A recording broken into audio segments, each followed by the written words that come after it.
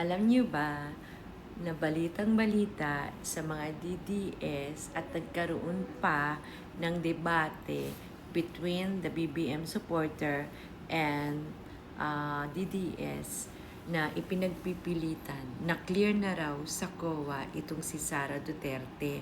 Malinis na raw siya. Parang tuwang-tuwa talaga silang magkakalat ng mga fake news at magpapapaniwala din sa mga fake news na ang mga DDS lang din ang nakakaalam at mga DDS lang din ang naniniwala. Talagang, alam nyo, parang hindi na yan hindi na yan pagiging mapolitika or hindi na rin yan supporter. Pagiging diehard supporter, hindi na eh. Talagang certified. Kabaliwan na yan. I swear. Imagine that. Andito na daw sa Japan si Digong. Sinundo ng mga military airplanes. Tapos, ano pa yon? Presidente na si Sara.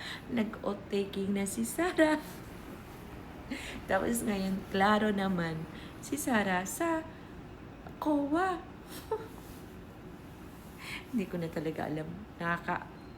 Buti na lang hindi nahawa ang iba pang hindi DDS. No?